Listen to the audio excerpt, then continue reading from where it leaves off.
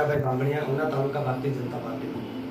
ગઈકાલે તારીખ 1 જૂનના રોજ ઉનાના પ્રજાવત્સલ ધારાસભ્ય શ્રી કાલુભાઈ રાઠોડના જન્મદિવસની કુબાવત ચેરિટેબલ ટ્રસ્ટના માધ્યમથી નિરાધાર અને અશક્ત લોકો માટે ભોજન વિતરણની વ્યવસ્થા કરવામાં આવી, જેમાં દેલવાડાના ભારતીય જનતા પાર્ટીના કાર્યકરો દ્વારા આ વ્યવસ્થા ઊભી કરવામાં આવી હતી અને માધ્યમ કુબાવત ચેરિટેબલ ટ્રસ્ટ હતું।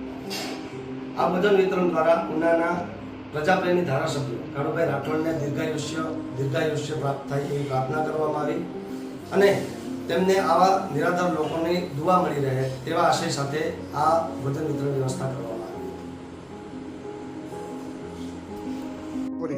મારું નામ હરકિશન નાયક કુબાવત છે। હું કુબાવત ચેરિટેબલ ટ્રસ્ટનો પ્રમુખ છું।